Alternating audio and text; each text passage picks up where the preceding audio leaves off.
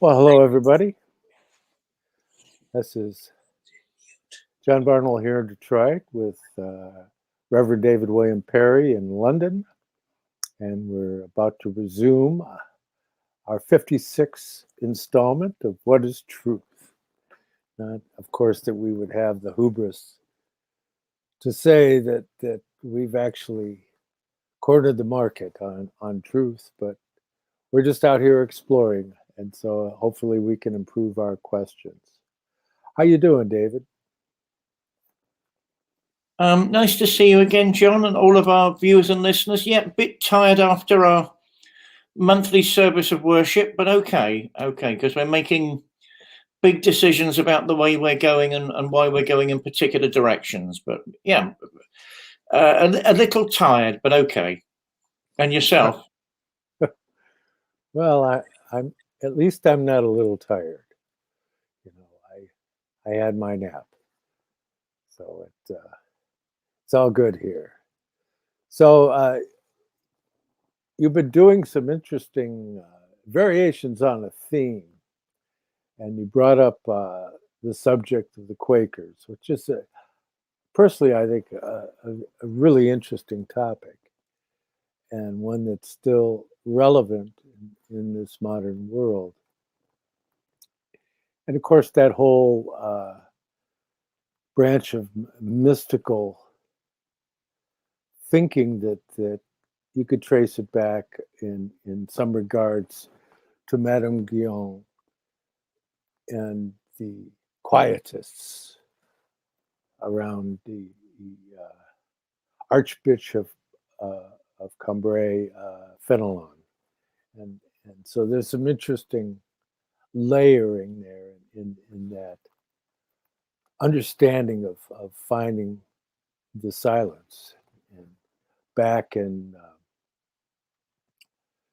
the 90s, when I was at the Mayflower Bookshop, which was the largest esoteric, metaphysical, holistic bookstore in the world, and I managed it, and but we had published some books there, one of which was we published it as a Voice of the Silence, and it was a collection of meditative tools that have been put together by Madame Blavatsky, the founder of the Theosophical Society.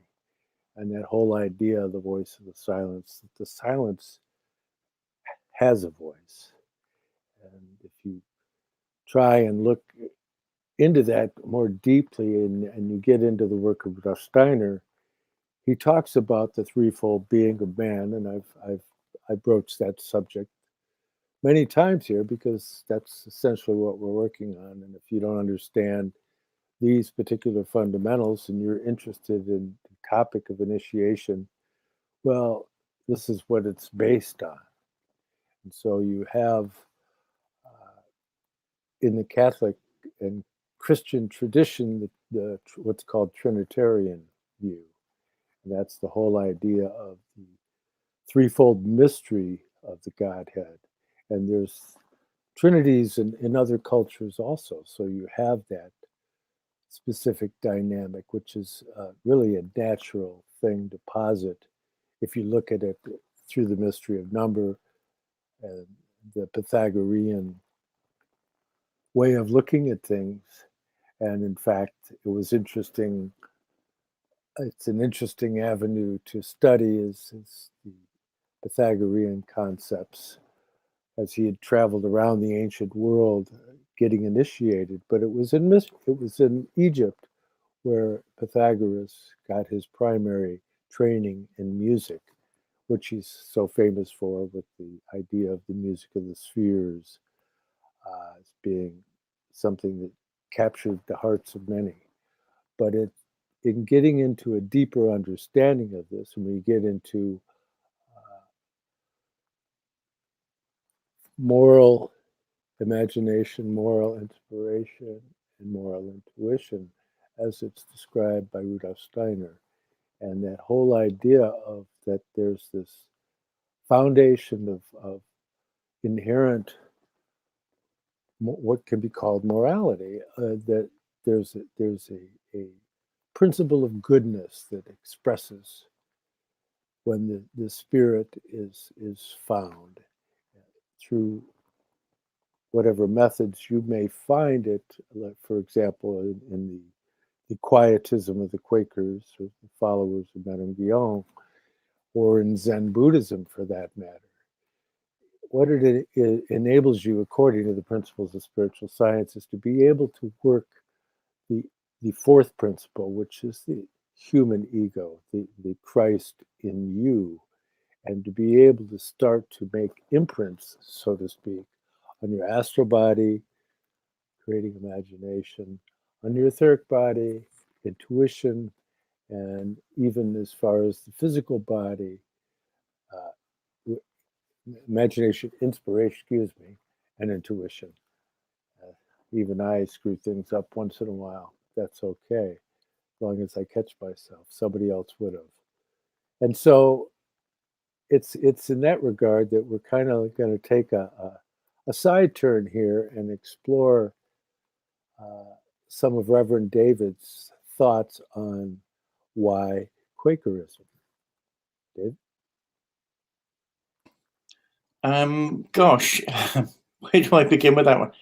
I'm a very proud member of the British dissenting tradition and always have been, which is why my dalliance with old Catholicism was something more of an honorific than anything else. They very kindly offered a consecration to me out of recognition of my work, which was very, very, very kind of them. Yeah, I'm a total nonconformist. I served for many years with the Unitarians, and of course, if you look back to the early days of the dissent, Unitarians, Baptists, and Quakers were all much of a muchness. Also, I've been attending various meetings across South London for well over 25 years, including the Wandsworth meeting, and slowly developing an understanding, a greater understanding of the bridges necessary between different parts of Christianity and beyond. I mean, I don't know how much you want me to say about this. Excuse me. I mean, certainly when the AIDS epidemic first hit London and I was facing a funeral a week, that for me was the crushing blow that made me wander away from Metropolitan Community Church. When it gets to the end of January, you think, okay, I'm dealing with it. When it gets to the middle of November and there's been a funeral every week, you think, gosh, that's something else. I told my friends in MCC that I couldn't take any more. We'd had a few minor disagreements about things like what it means to be clergy, what it doesn't mean, minor stuff, but I actually couldn't take any more. So I went looking, dare I say, for the uncreated light outside of MCC. Some of those roots were pagan. I do not come from a tradition of Puritans. I know a lot of Americans do, and the Bible Belt does. But as G.K. Chesterton said, I hear the Pilgrim Fathers landed on the rock. If only the rock had landed on the Pilgrim Fathers. I mean, the world's a bigger place than all that. And when the Puritans, when the Pilgrims and so on are approaching a Zen-like attitude, then I can understand completely what they're doing. When they're burning other people on the merest pretexts, then I don't understand what they're doing.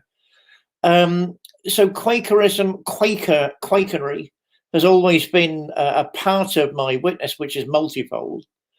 And recently, I don't know, we've come to an understanding with my small group in Valentine's Hall. I mean, the silence I always found intoxicating. There are sort of rational socio-political ways, socio-cultural ways of understanding that. What is the thing you never ever get in London? You never get a minute's peace. So sat in a room of people where nobody actually says anything for an hour is mindlessly intoxicating and wonderful. But there are other elements to it. I mean, I was very aware in my more mystical searches when I was a teenager, a mere cub, that the Tabor light, the transfigurative light on Mount Tabor, was the uncreated light that the Orthodox talk about, the Quakers talk about, the Dissenters talk about. And that probably was the secret of the burning bush that Moses encountered. So why is it burning but not disintegrating? Because it's the uncreated light. That's probably also the link to St. Paul. I mean, what does he actually see? The pillar of light, the uncreated light. So I was aware of all of that. My own experience amongst the pagans, to be honest, was very, very positive. What they tend to be either nature worshippers, and what can be wrong with that in a world that's committing ecological suicide? I mean, more power to them. Let's hear it for birds and bees and living, drinking water and fresh air. And what on earth can be wrong with that? I mean, I tried the vegetarian route. I'm an awful vegetarian. I normally last about 2 days before I give in to something. So I didn't manage that too well.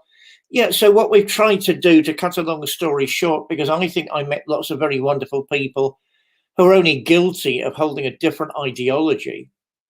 We're trying to experiment with what the Quakers themselves, my friends, are calling Quaganry, which is a Quaker pagan. So how am I interpreting that? Eco-spirituality, a reverence for the earth as the footstool of the Almighty, a manifestation of the absolute. We're trying to establish possibly something unique, which is a Quagan sanctuary, a Quagan meeting, where the silence plays a part, but we also have program worship. People get really fanatical when they hear things like that. I've no idea why. Like a theatre program, this happens, that happens, that happens. It doesn't mean anything else, we're not having brain chips inserted, where people aren't running around with syringes, nothing like that's happening. So all it means is there's a minister, and I have the honour to still be their minister. And, we throw in a bit of music, we throw in some readings, and then we meditate on those sorts of things in our search for the uncreated light. I'm going to say something controversial with my Roman friends. I think one of the biggest mistakes the Roman Church did in its falling out with the Orthodox Church. So nowadays, to my mind, you've got Orthodox Platonism and you've got Catholic Aristotelianism. I think that's roughly how it panned out in practice. It certainly wasn't that simple during the Great Schism. I mean, all sorts of wonderful things were going on, but that's how it panned out on an ideological level in practice. Therefore, the Orthodox Church still places great value on that type of experience. It's hesychasm on Mount Athos. As it says in, go into your chamber, go into your room and pray. So what are the monks on Athos trying to do, or at least some of them, because they're trying to do all sorts of things, is discover that within themselves, discover that in their prayers. I think, as I say, part of the schism was when a lot of mystical experience by the Romans, and again, my apologies, it's a working thought, my Catholic friends, it's a working thought, nothing else. I think those experiences were reduced to mere thinking, and there's nothing wrong with good thinking, but I think that's what happened. And therefore you end up with a problem that actually Christ has two substances as opposed to one, to get rather technical, which can't, or even God maybe has two substances instead of one, which of course is polytheism, not monotheism. So what the Roman Church either ignored ideas of the uncreated light or pushed it into the side, occasionally called it heretical, occasionally called it something much worse. But they really didn't want to deal with it, whereas I'm beginning to suspect that's actually one of the primary mystical experiences open to everybody. For instance, what was it? John Buckle, Higher Consciousness. He talks about it. The Transcendentalists talk about it. It's one of those things where you're reaching a pinnacle of personal understanding, of spiritual understanding, where these things begin to happen. And as I say, there was a man in Fareham in Hampshire. I grew up in Hampshire, in the south of England years back, a minister who found himself giving out light, and all sorts of bizarre things were happening, like paranormal phenomena suddenly broke out. How do you know paranormal phenomena is actually breaking out? Everybody hates it and they run for cover. There we are. That's the measure of real paranormal activity. They can't stand it. People noticing golden bodies floating past their flats when they're sort of 16 stories up. So what happened? The local residents got together, they called the police, and the police closed down the chapel. There we are. That's what happens if you're not careful. We're on the verge of doing the same, I hope. If my view is correct, we are now going to evolve, and we're grateful for the MCC input, and we're still being a Metropolitan Community Church Oasis. We welcome everybody. We welcome the great. We welcome the gay. We welcome the downtrodden. Anybody, everybody. People of belief and no belief, which is very Quaker, of course. And we're also trying to fit into our understanding of Christianity certain traditions which some people would say are completely outside that. But I don't know. I mean, how can anything really be outside of something like Christianity? How can anything really be outside of a true church? If it's just an ideology in a building, then there we are. I mean, it will reach its sell-by date and people will move on. But if Christianity is more than that, and certainly Rudolf Steiner is one of the great proponents of the fact it's more than that, then we have to start thinking, okay, in what way is it more and what's it doing? So we're building bridges now to local neo-pagans from our position as quietist Quakers and seeing how that evolves. Does that make it any clearer, John, or am I just going in circles? Well, that could be interpreted as a pun, going in circles. Yeah, a nice pagan circle. Yeah, well, let's not forget, you're in Britain, and in Britain, if you start saying bad things about the pagans, people might get upset with you in saying awful things about Granny.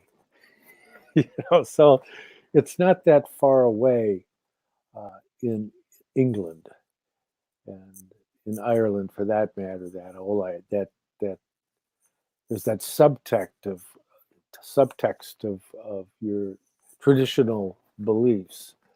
In the States here, it's a little different because the Pilgrims played such a prominent role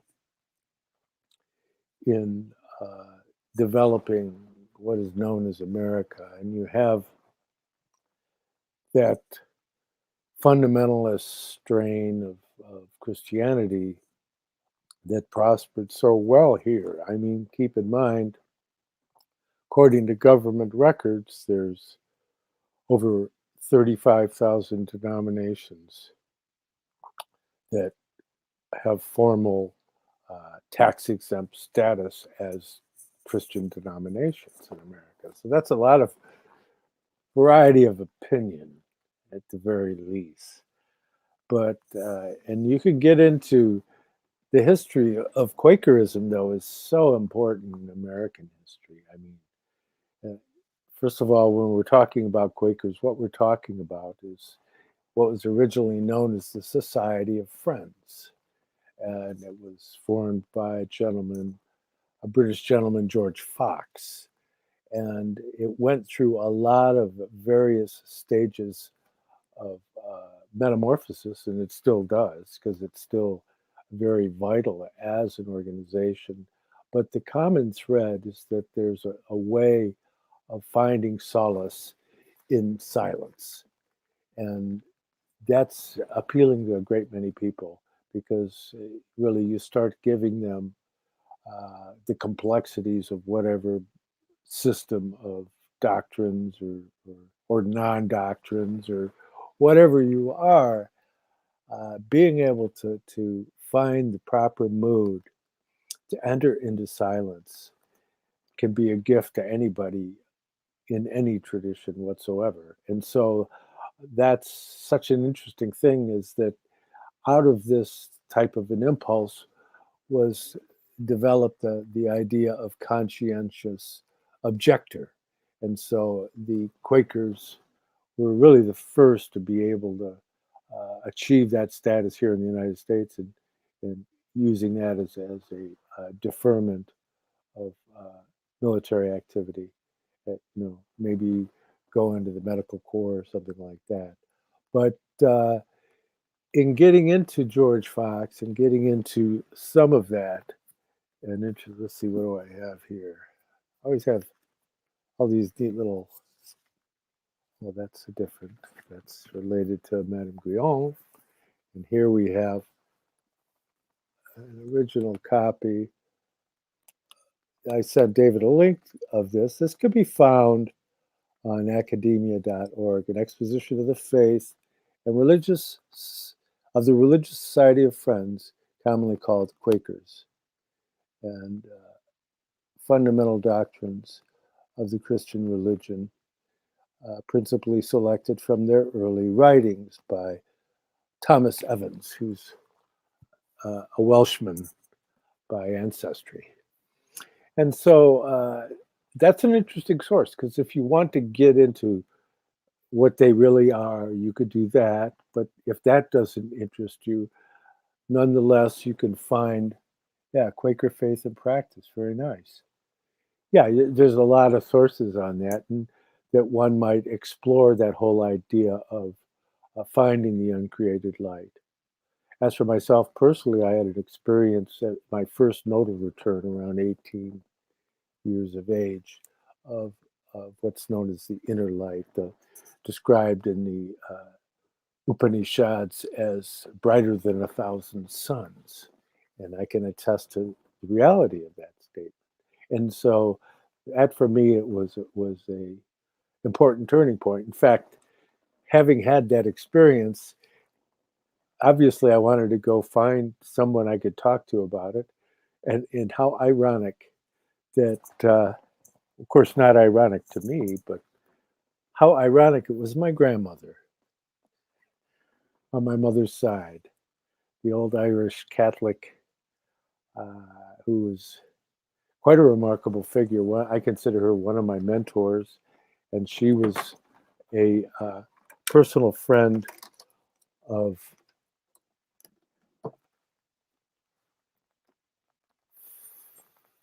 Father Solanus Casey, who was a great friend of the silence.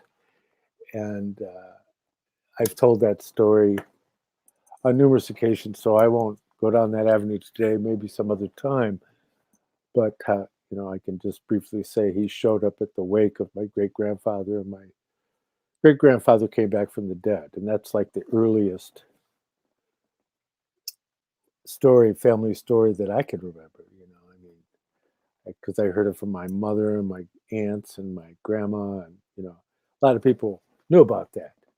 There were four, because it was a prominent family. There were members of the Dodge family there, members of the Ford family, and all of that. And so when Father Solanus showed up and my great-grandfather said, "Get me some water," that was quite an event for everybody involved.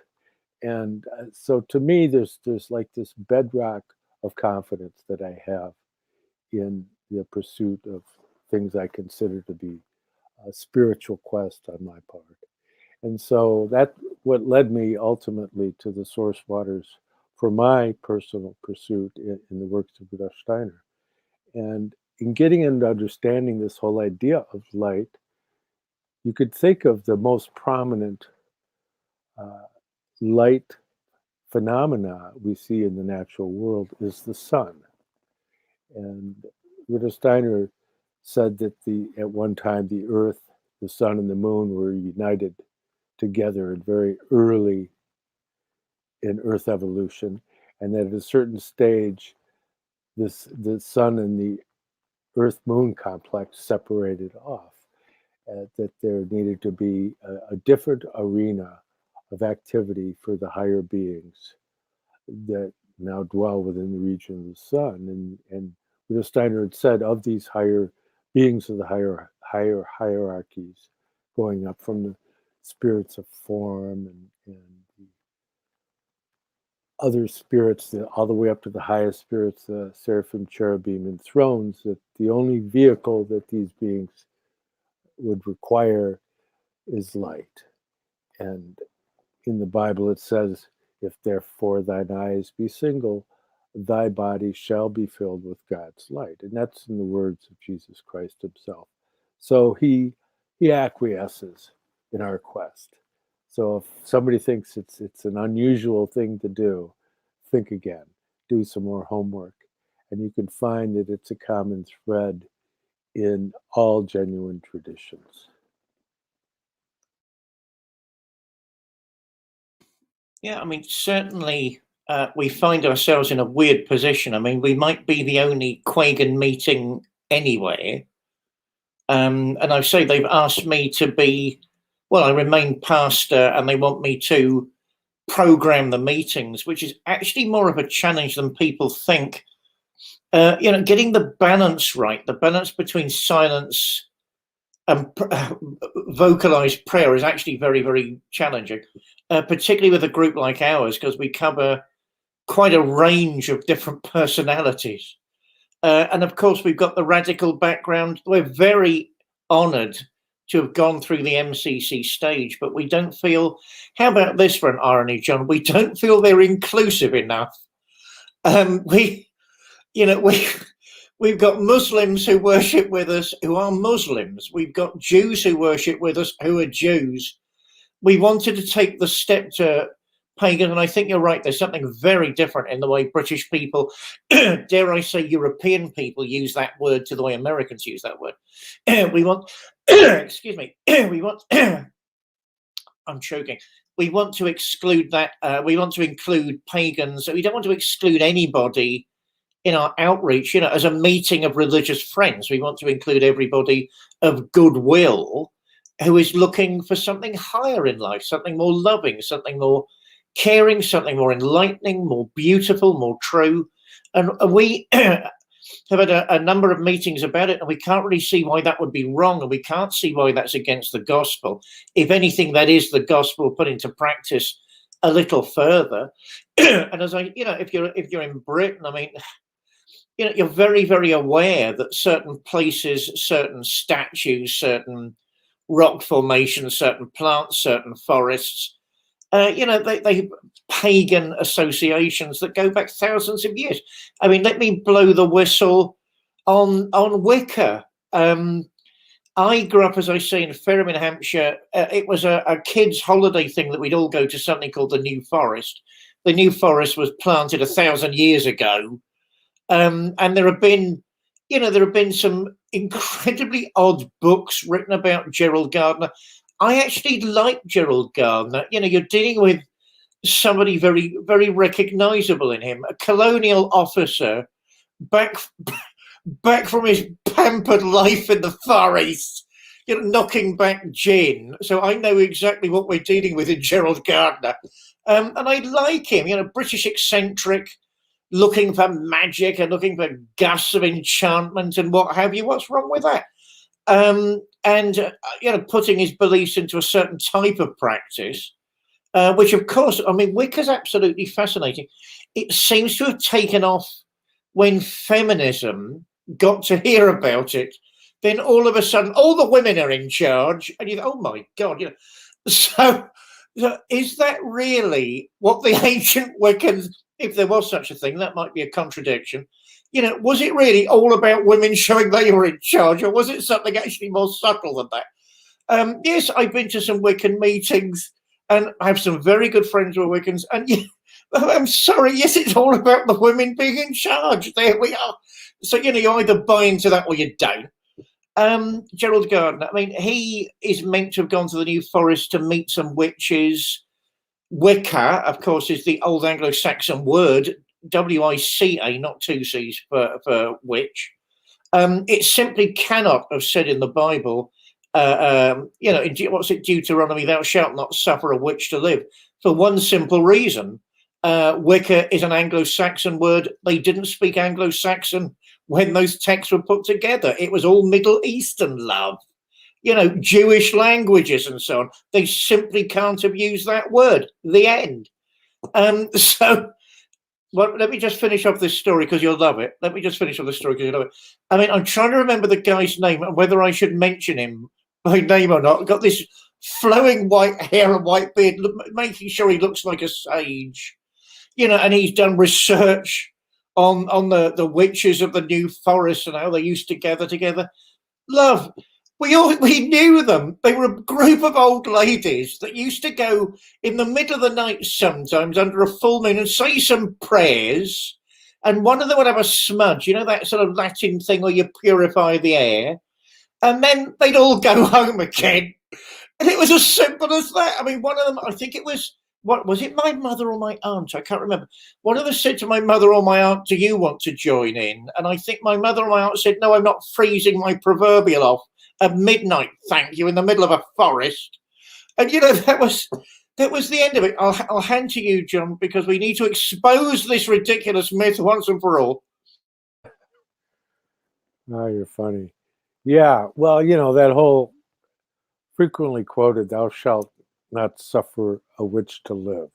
I mean, if you get into that, I mean, yes, it does not mean witches.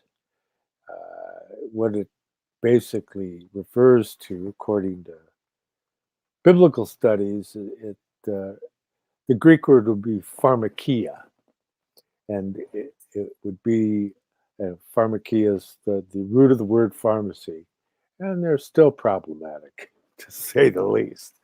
But it's basically, if, let's say, like a woman became weary of her husband, she could go to the pharmakia and buy some poison and get rid of the old bugger.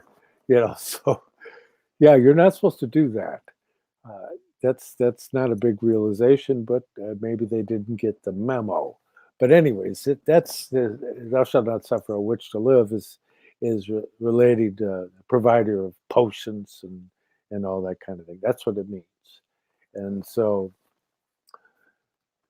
okay, next. But you know, if you look at the word, the work Aradia by Leland, for example, and that has to do with his researchers into the indigenous witchcraft, so to speak, of Tuscany in Italy.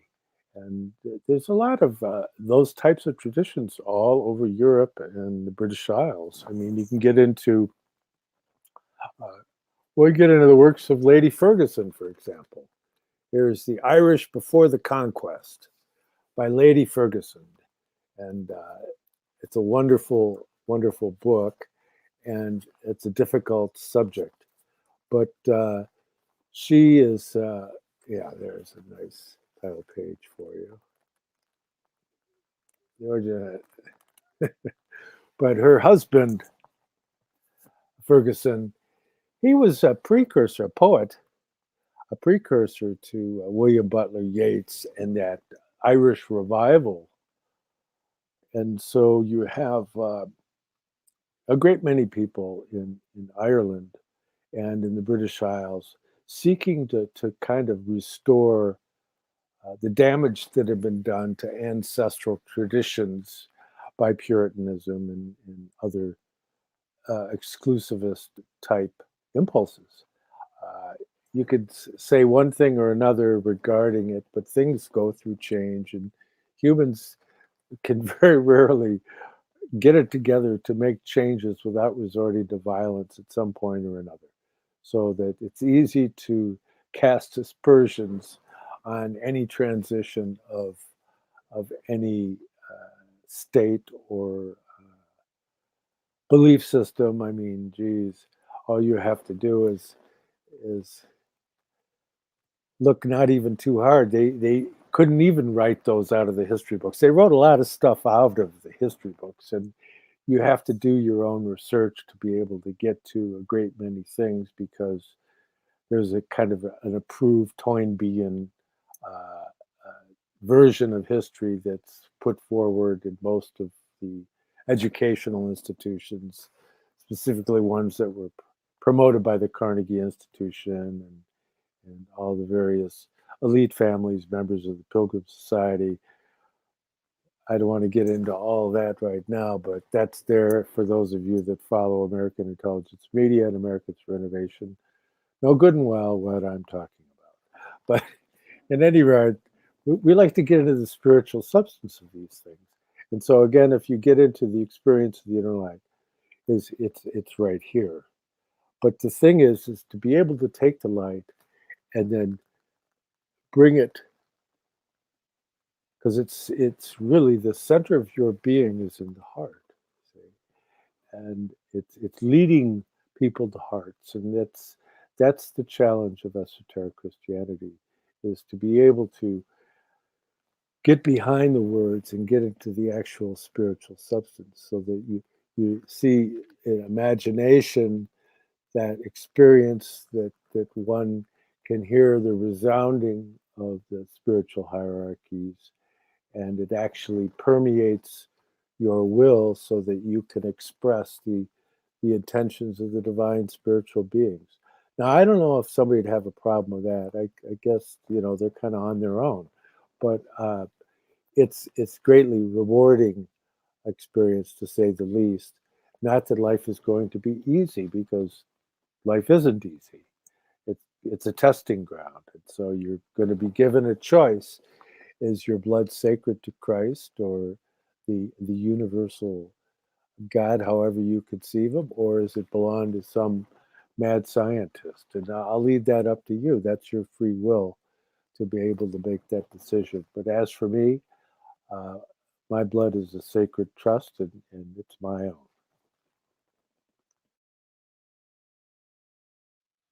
Amen. And we're on the same hymn sheet with that one. Pharmacian, yes, yeah, cows. Yeah, we can hire them as well. Be careful. What was it? I like Derrida. Everybody hates Derrida. I like Derrida. I mean, he's the one that points out the ancient Greek word pharmacian was also the word for writing. So, I think, yeah, more power to you, Jacques. More power to you. Yeah, I mean, oh gosh, I mean, I think I don't know, America, to my mind, lacks a grasp of indigenous folklore. I'm sure that's there with Native Americans. I'm absolutely convinced of it.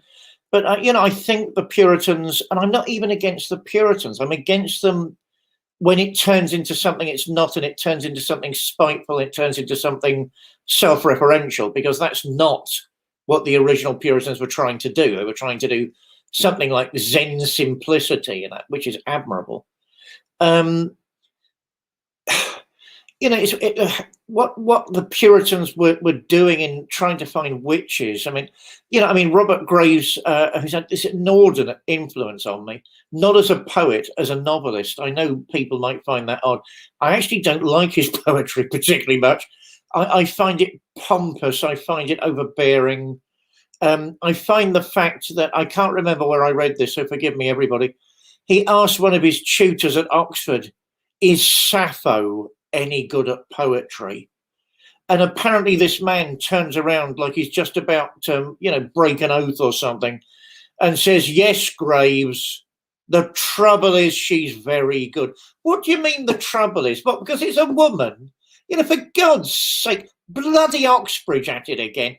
So, all this nonsense and shenanigans, you've got to remember that women were property, even in Europe at one point. It's just what happened. I've no great admiration for everything our ancestors did. Also, I was having this conversation earlier, curiously. I mean, we've got to be realistic about human history. I'm actually a skeptic in many ways about what human history's done and what it hasn't done. As I've said loads of times on this show, our ancestors were bastards with a capital B. All they used to think about was military conquest and dominating everybody. And that's the flow of history. Okay. But let's face it, the churches have done a lot of good. They were always in the forefront, nearly always in the forefront, of emancipating women, and now they're getting to minorities. And it's not fair to, why weren't they acting like that 300 years ago? Because those thoughts didn't exist 300 years ago. All these hidden doctrines of witchcraft and, the trouble is there aren't any. There aren't any. All of these codified systems of knowledge, arguments, debates, lists of facts, that emerges with the medieval schoolmen in the Roman Catholic Church, these gigantic brains that want to catalogue the world. But let's face it, that's the first time in human history that happened. There was nothing like it beforehand, as far as we know, and certainly not in Europe. And what would people have been like before that? Did the church destroy all these ancient books and ruins? No, because they weren't there. Would all these? I remember somebody telling me once that the church had, it did some bad things to women at times. I admit that, but and the women were the books. I quite like that one because there actually might be some mileage in that one. The witch persecutions in Europe were basically to stop a rival ideology. That's clever. That's clever. I'm going to think about that one a bit more. But, in terms of actual text, I'm sorry, it just wasn't there. Is the church going into Scandinavian countries to battle it out with their scholars and their ideologies? No, because that's not there. If I'm a tribal chieftain in Norway 1,000 years ago, I'll do some magic for, so the chickens keep laying some eggs. You got to eat. And I'll protect my clan, I'll protect my family, and I'll throw a few incantations about to make sure everything's hunky-dory on my patch. And more than that, I won't know. So when the local priest rushes in with the Spanish Inquisition, there's nothing to attack.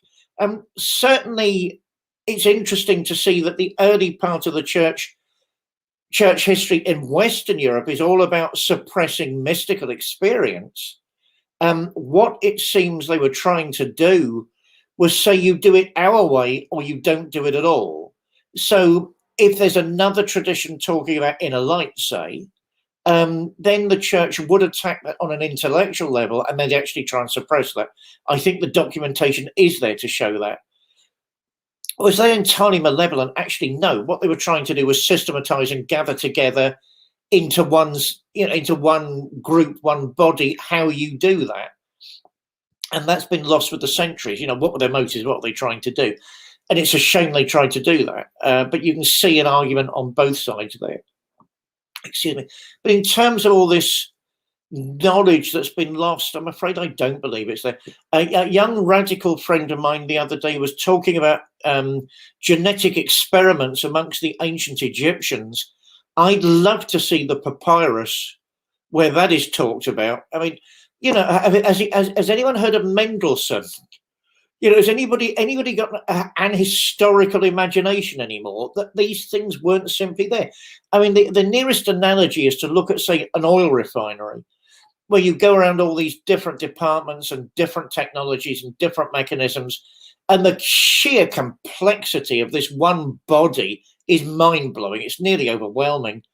But they were added section by section by section by section to make this complex. If you go back in the history of oil refinery, 70, 90, 150 years ago, it's some guy with a pump in a field trying to get the black stuff out of the ground. And that's true of us.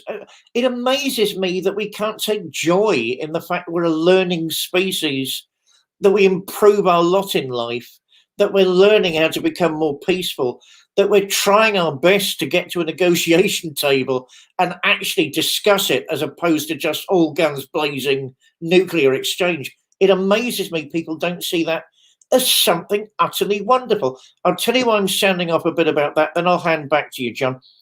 It's when some of these satellites have gone through the outer parts of the solar system, some of these exploratory satellites, and somebody actually nearly said to me, I'm putting two conversations together. I was saying, isn't it wonderful that this satellite has got past Mars? Isn't it wonderful it's got past Venus? Isn't it? Oh my God, we're getting pictures of Jupiter. And apparently just forget it. Everybody knows there are secret bases on Mars where the Americans, yes, you lot are to blame, are trying to carve up the world with extraterrestrials. So we're actually robbing ourselves of a sense of the wonderful and a sense of achievement and attainment by fantasy thinly disguised as historical reality. And I think that's a great shame, and it's something that actually robs us, of course, not only of true faith, but of any access to the inner light as part of our own religious experience. I'll hand back to you.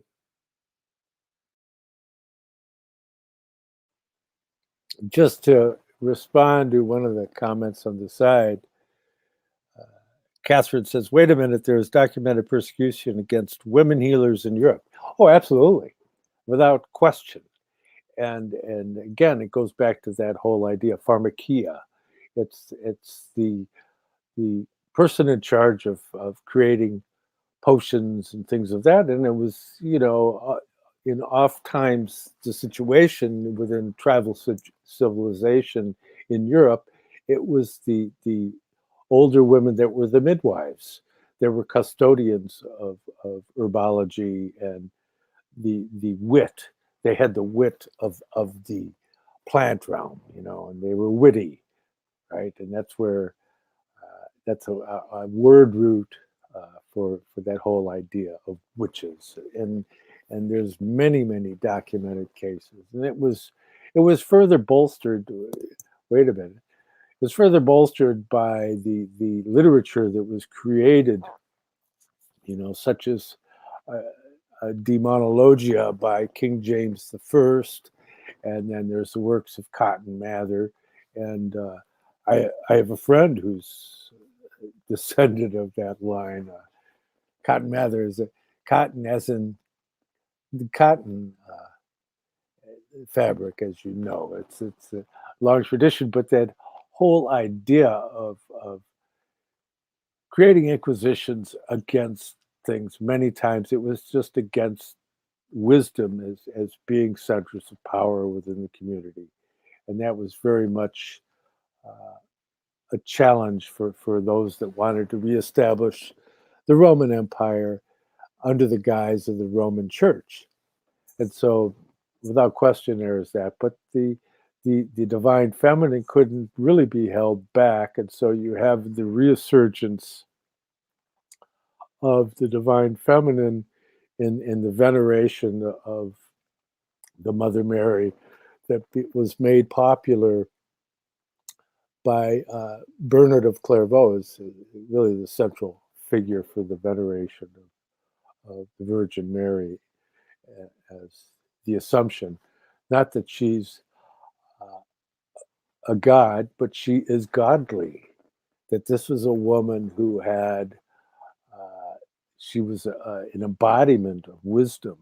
And Rudolf Steiner made the point that this divine triad of which we speak so often, the Atma Buddha Manas, or the Holy Spirit, the Son, and the Father principle, as they're described within the Christian tradition, that this, he said that the higher triad, and he mentions that it's love and wisdom that leads to action.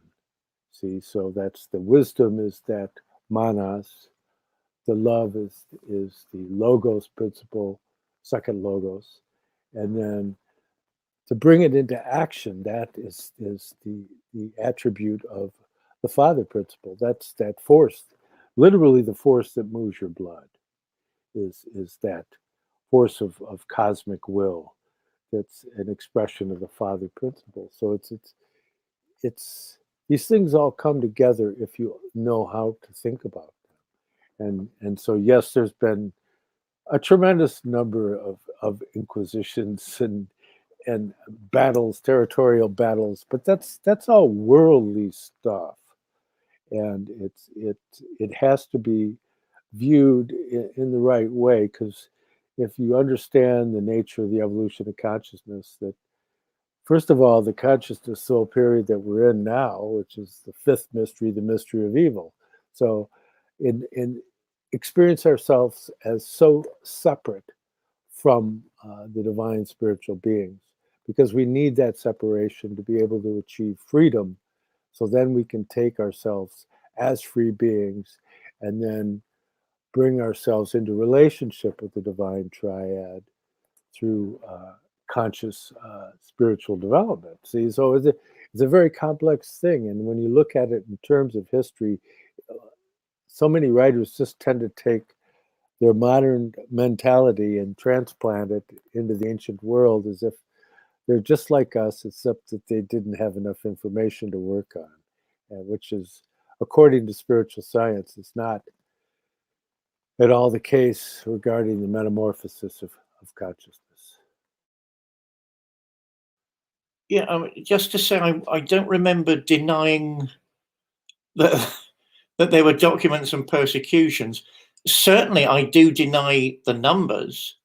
Like the missionaries in India who wrote back about the Kali cults, they exaggerated the numbers because they wanted more support and more money from their churches back in Europe. And a number of scholars now do question quite openly, along with some of the churchmen of that period, the number of people involved.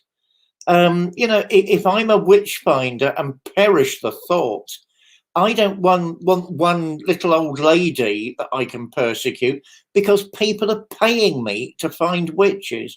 The parliamentary commissions used to pay these vile people to find suspect women. So I'm going to find them everywhere.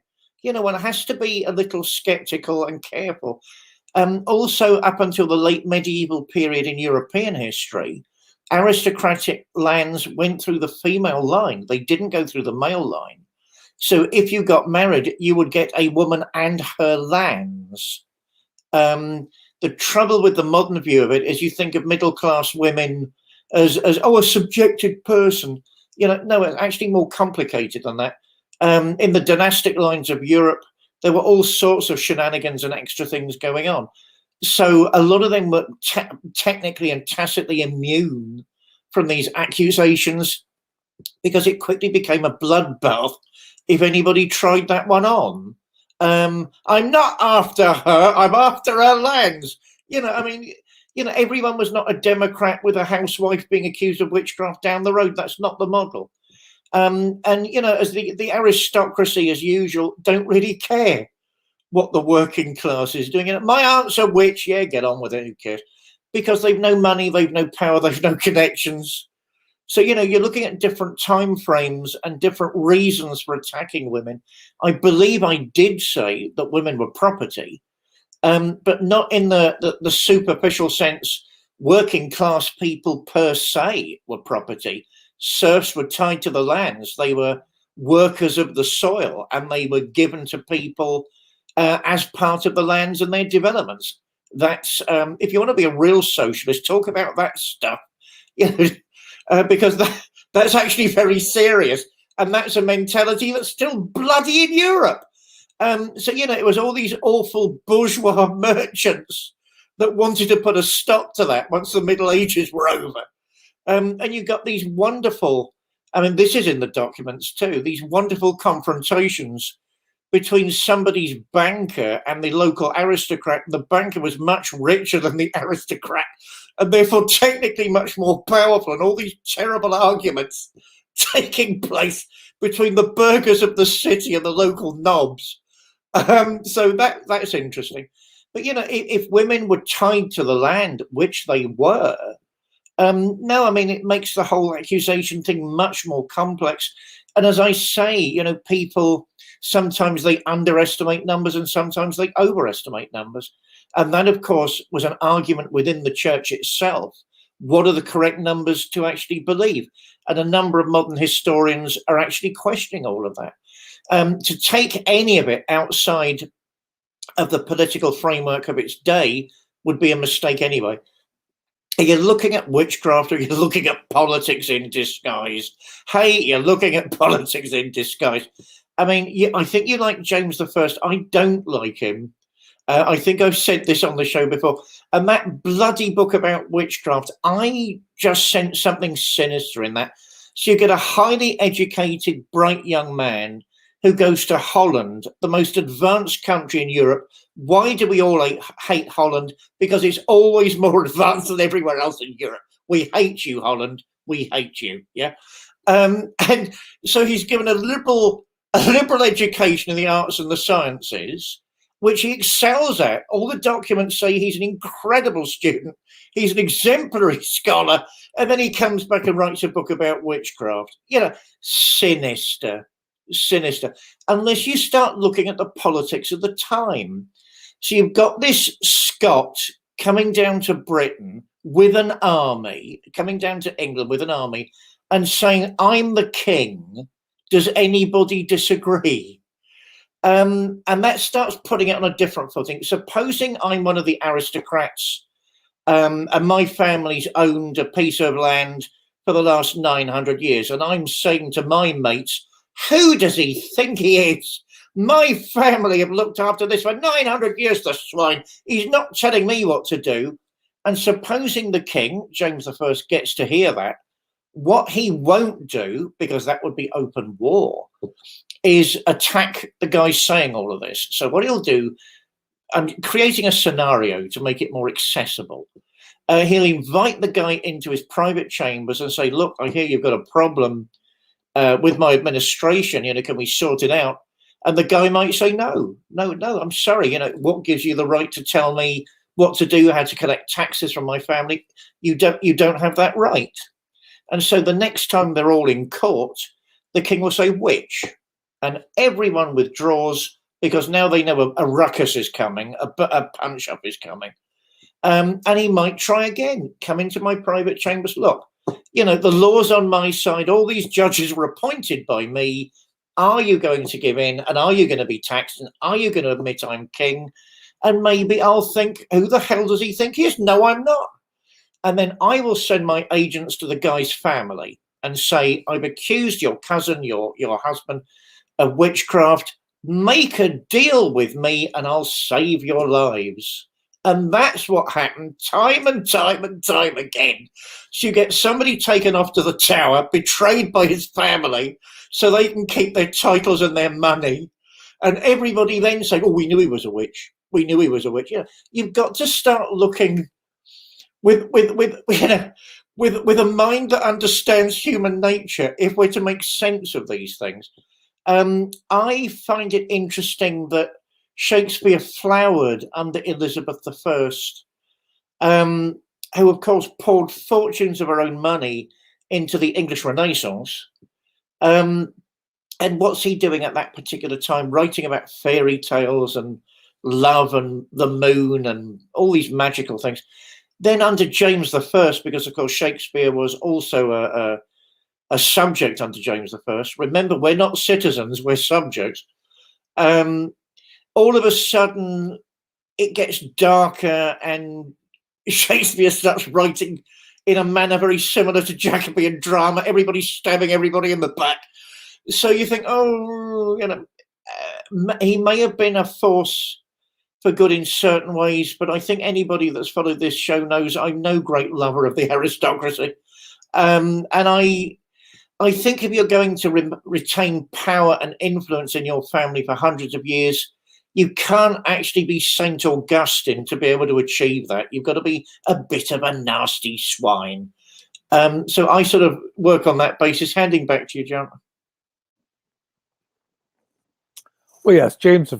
He's been a frequent bone of contention between the two of us.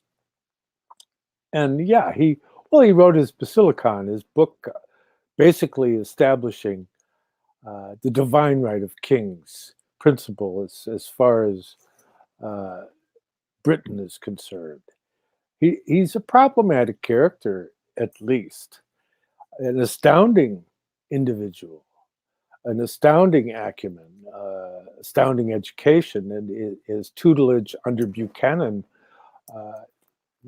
He's one of the most educated men of his time. In fact, he was referred to as by another nobleman from France. He called him the wisest fool in Europe, and so he's always got mixed reviews, and that's really he's really a great example of the contradictory impulses that boil within the consciousness soul. And so you look at it and you go, what is this? Because I mean, again, the King James Bibles were one of the greatest literary achievements in the English language, or of any language for that matter. And but then it's contention with the Quaker Bible, and that was part of the contention between the Quakers and James I, and you get into that whole row. But there's been a row over the Bible for a long time. I mean, it used to be that it was illegal for somebody who is not a member of the clergy to have in their possession a Bible. I mean, that was, you didn't own a Bible. You went to church and the priest told you what they determined it meant. So it was a different story altogether. But those were different days. But then you get into the literary approach to the ancient world that developed, because in so many institutions they were conversant in the ancient languages of Greek and Latin and even Hebrew, and so you get astounding individuals like James, who was capable of dealing with that type of a scholarly approach to tradition, and you get a work like, here's controversial character, to say the least. See, that's Chevalier Ramsay and his Travels of Cyrus, a discourse relative to the theology and mythology of the pagans. Very important, a bestseller, by the way. And he was a companion of Madame Guyon and Archbishop Fenelon. And actually, it was also Chevalier Ramsay that restored the tradition that the Freemasonry arose out of the ruins of the Knights Templar. However one might look at that, nonetheless, the marks are there, and you can see that the Templars flourished during the exact same period as Gothic architecture. And when the Templars found their demise under Philip le Bel, they stopped making Gothic architecture. We entered into a new phase of history.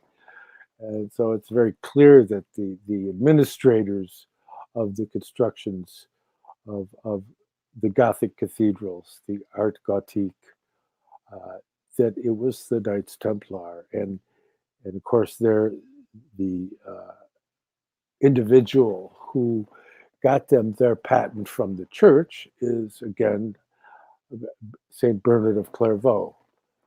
And so you have all these things connecting it together. I mean, you can get into the Cistercian order of Bernard of Clairvaux, and when you start getting into, there's branches of that, like, for example, the Trappists. You talk about quietism. I mean, the Trappists, they don't talk, right? The only time they talk is when they're doing something sacred. I mean, it's powerful tradition. And you can't even tell me that there aren't people within the Trappist order having experiences of divine light. But that doesn't mean they're going to tell you about it. See? And so there's a certain discretion that comes with illumination. And it's something that's happened to thousands upon thousands of people. And it's irrespective of whatever dogma one might be attached. In fact, it's very rare for somebody to be able to achieve it just by application of dogma. So where does that leave you? But it's something that's I personally had an affinity myself in my early days with Paramahansa Yogananda, who is a very interesting individual.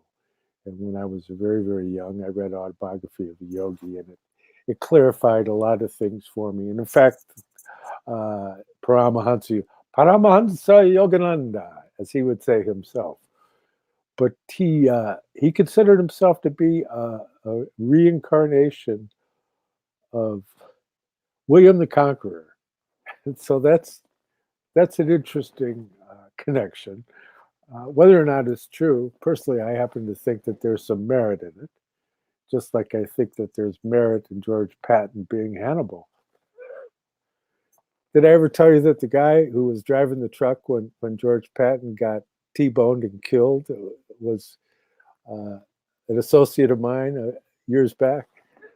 So there's always this rough and tumble of history. I mean, you really have to take that in stride, because it's too easy to just take something, typecast it, and these guys they're the villains. No, that they disagreed about this, that, and the other thing. But I mean, you can get into the Huguenots, for example. Fenelon, okay, the person who made Madame Guyon famous, his relative, she was, and they had their association with Chevalier Ramsay and all that. So there's this whole circle going on. But don't forget that Archbishop Fenelon, he was sent in to try and bring Huguenots back into the fold. And in fact, when he couldn't do it by persuasion, he ended up crashing down on their heads, basically, with the inquisitional barrage of activities. So you see, it's a rough road. That's just humanness. That's we have to give due consideration to the fact that there's things that we don't know, and especially when dealing with history.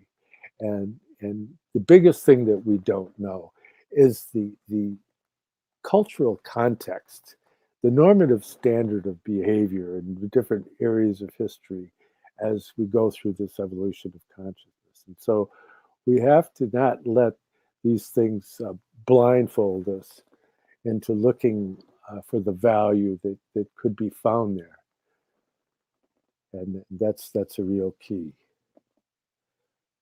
But yes, barbarism is you don't have to look very far to find barbarism. That's for sure. And so we're getting we've been at this. When you do your 12:30 times, or your 12 o'clock, kind of gets. I feel like I'm standing on my head and trying to figure out what time it is. But so we have plenty of time left. But since I thought of it, I might as well get to it. We have the true pleasure of having in our company here, as usual, in this our 56th installment of Reverend David William Parry, and he's the author of 3 books, which is the one that appears more relevant today because of our topic, The Grammar of Witchcraft, which is really a Shakespearean study. So it's not a how-to book on witchcraft. And his second book is Caliban's Redemption, is Shakespearean-esque poetry. And his third volume is Mount Athos Inside Me, Essays on Religion, Swedenborg and the Arts, edited by the talented Daniela Irndust. And this is interesting because actually Mount Athos is really a monastery that's concerned with quietism. That's also the path on Mount Athos. So this is a path that David pursued for a long time. And in fact, in here he introduces Quaganism, which is the bringing together of indigenous ancestral pagan beliefs with the attitude of quietism. And that's where he first brings it out. And this book is quite celebrated, and I would highly recommend checking it out. All of his books are available on Amazon. And as for myself, I have 2 books. And my first book is The Arcana of the Grail Angel, a spiritual science of the Holy Blood and of the Holy Grail, a study developed out of the work of Rudolf Steiner of the underground streams of esoteric Christianity, which flowed from the Brotherhood of the Holy Grail to the Order of the Knights Templar and the True Rosicrucian Order. It's got a foreword by Douglas Gabriel of American Intelligence Media, my best buddy. And it's 640 pages, many diagrams. The full series of the diagrams in that book are reproduced in my second book, plus I added a great many more. Got a frog in my throat there. The Arcana of Light on the Path. Both my books are available on eBay. You can buy them from me. Excuse me. And I have the series of Grail diagrams that can help you understand some of the conversations we have here and elsewhere. And so those are available, as I said, on eBay. If you're outside the country, you can contact me through the academia link that's posted below. And you can also download a free PDF of the foreword to my second book by William Bento, the noted astrosopher and exponent of Rudolf Steiner's anthroposophy. And also, if you want to buy us a cup of coffee, you can go to paypal.me/DPARRY777 or paypal.me/JohnBarnwell888 and buy us a cup of coffee or something. And I'm greatly appreciative of the people that have done it in the past. And this show specifically is benefited from the support of some notable people. There's Vadim and Tyler Gabriel, and I want to thank them, of course. And so back to our discussion now. Reverend David, so where do you think this leaves us as far as contemporary culture and its relationship to what some think of as the modern way of thinking? Gosh, thank you for throwing me in at the deep end. All right, one thing I want to say about my skeptical attitude to previous generations and their knowledge bank. I mean, we've got to remember things like Aristotle's Lyceum and Plato's Academy stood out like sore thumbs because there weren't any others. You know, it wasn't they were one university competing with others. There weren't any others. And it was a group of young guys, aristocrats, that had the leisure time to discuss ideas, and there was nothing else, which is why they became legendary. I mean, if you're looking at a historian in ancient Rome, I mean, the guy would have been hired as a stand-up at the end of a dinner party. There were no teachers as such, as we know them now. There were tutors. But they weren't professional teachers as we know them now. You know, so my family has held a big dinner party and I want to impress all my guests. I'll hire him so he can come along and read out this long narration about how great my ancestors were. You know, that's what we're looking at, really. You know, and I think it's wonderful that we've come from those days to where we are.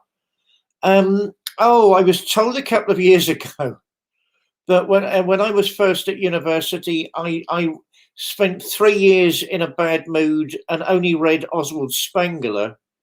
That's not actually quite my recollection. I'm sorry.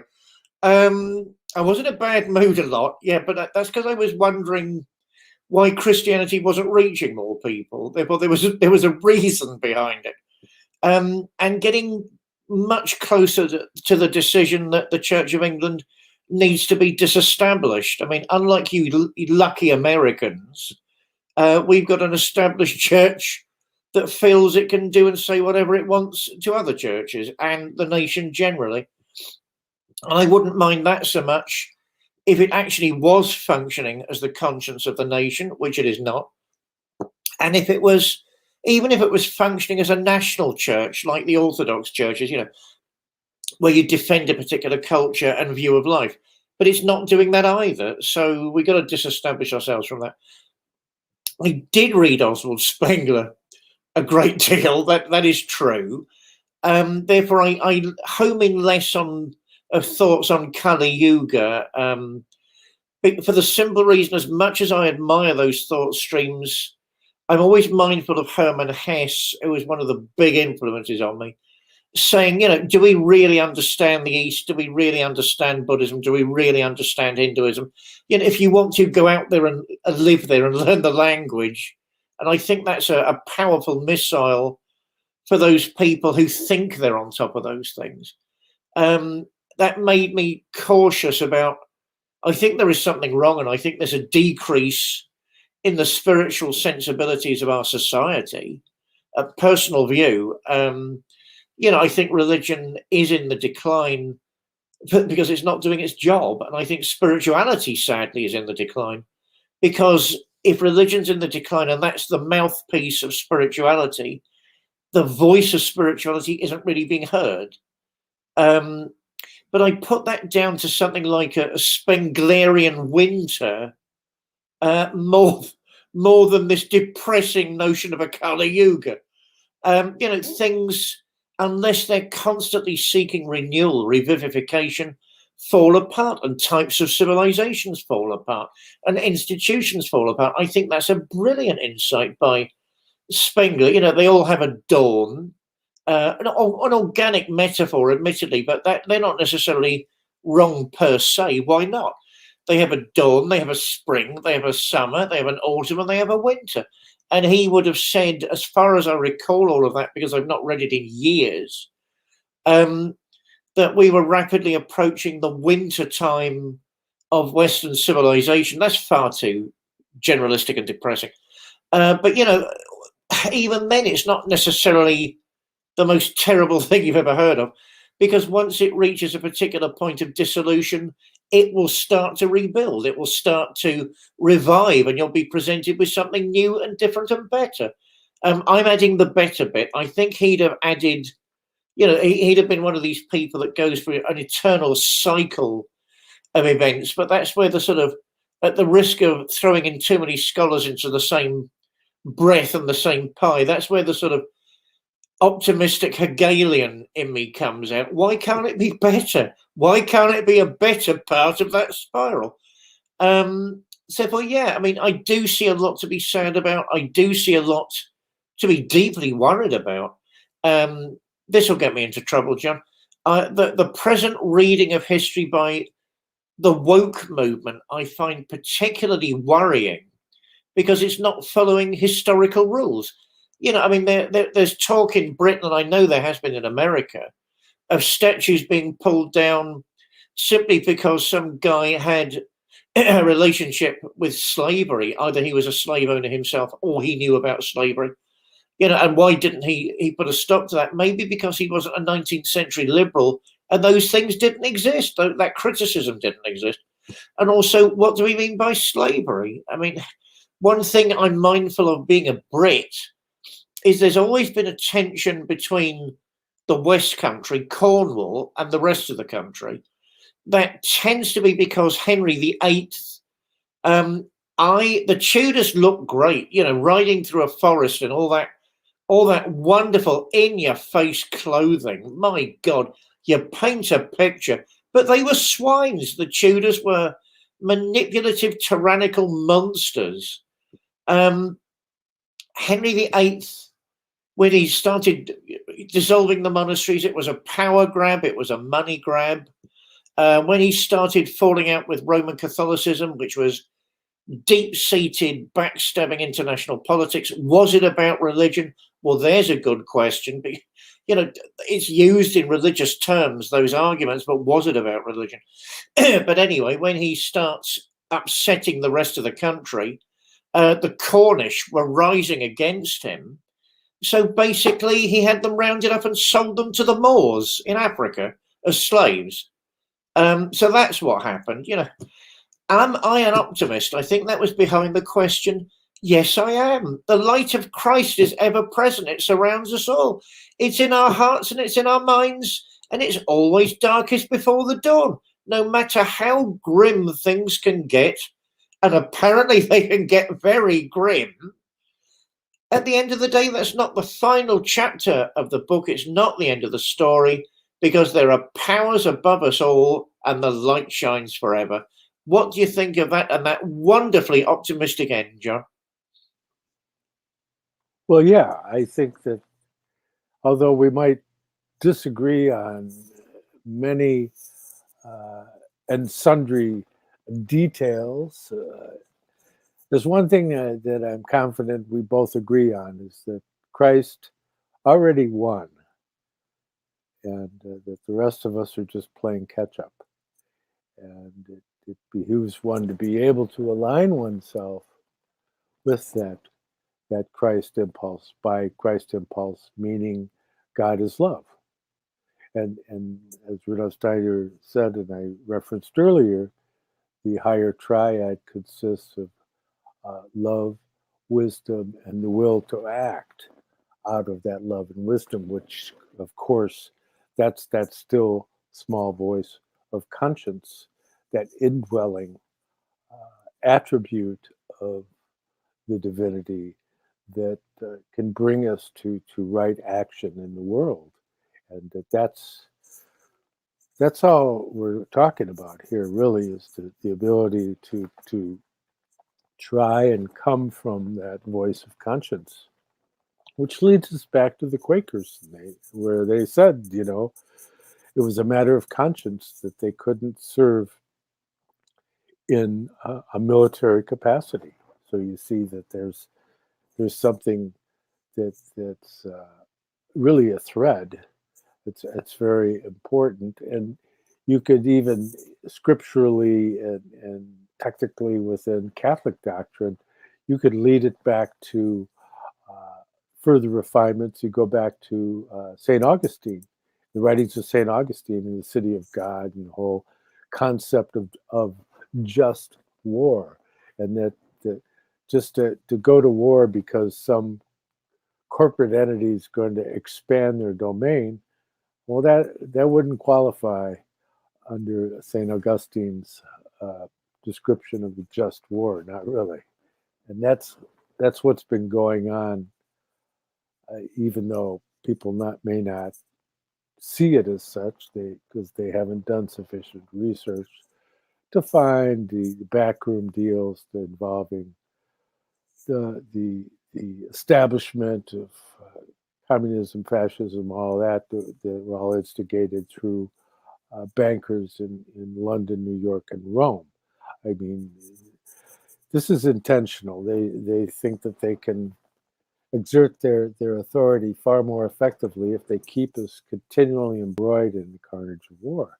So there are those beings that are serving the lower attributes of what a human being is capable of, as without question, and Henry VIII's a good example. I mean, the Church of England, it's hard to deny it was not founded on the most, uh, shall we say, anointed principles, but it was a destiny for them to break away in a certain respect from Rome, just as it was Joan of Arc who helped separate the French from the British, and Martin Luther was able to separate the German people from Rome. And so there's different capacities. And you get into spiritual science, who talks about the development of the intellectual soul as being centered around the countries of the Romance languages, which is the Roman Empire, and the Romance language, French and Spanish,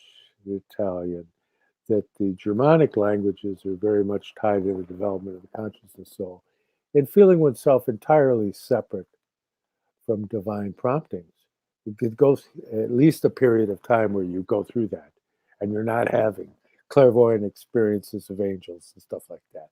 You're just having sensory experiences, and you feel yourself as a separate entity. You're not just a member of a tribe. So once you achieve that consolidation of your individual nature, then the wholesome thing is, as we move into the future, to strive towards the development of the higher principles, the Holy Spirit, the Son, and the Father, the Manas, Buddhi, and Atma of the Eastern tradition. And so it all comes together. It's a tremendous journey, to say the least. But it's the path of the fool. It's the path that I outlined so extensively in my first book, The Arcana of the Grail Angel, because it's really much the tradition of the Grail. And Rudolf Steiner said, were his work to be given another name, it would be the Holy Grail. So you see that there's the whole idea of the cauldron, that which can receive. And of course, the archetypal Holy Grail is the cup that was used by Joseph of Arimathea to capture the blood of Christ at the crucifixion.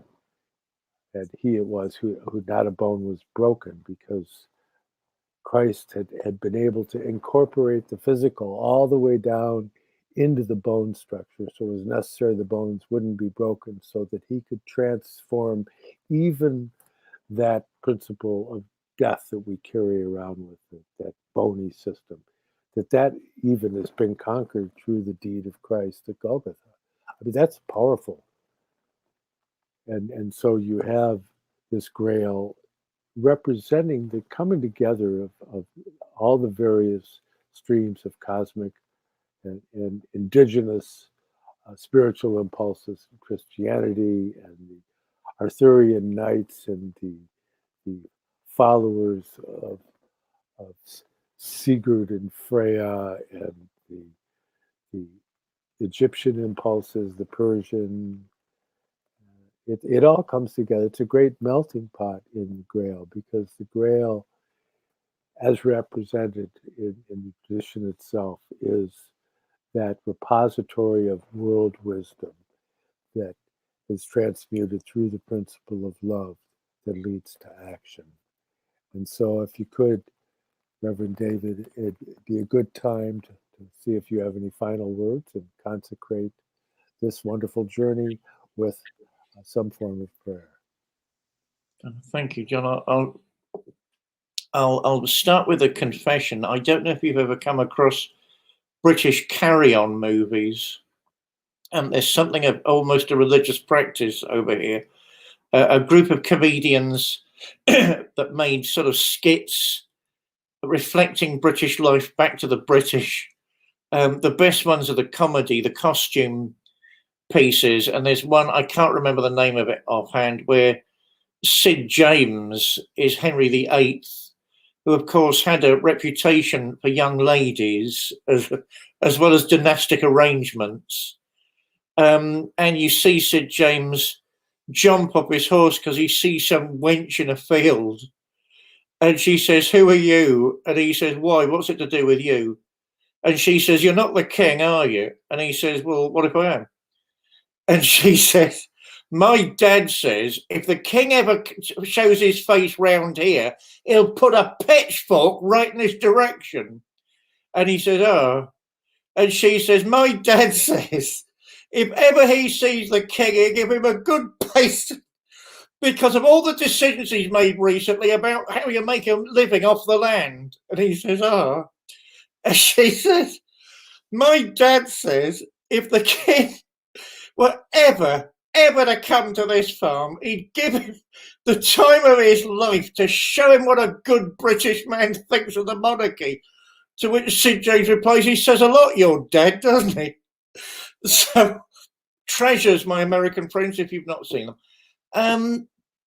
John and I agree that the battle is won. The battle is won. And there's nothing you can do. Salvation comes from Christ alone. It's not your good deeds. It's not your works. As Martin Luther said, God doesn't need them, but your neighbor does. You've already received the greatest gift you're being offered in this life, and it's up to you to accept it or not.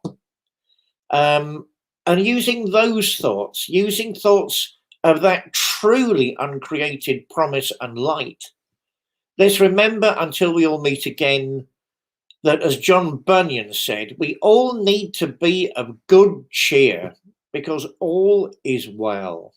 May you be blessed in the days ahead, and looking forward to seeing everybody again. Amen.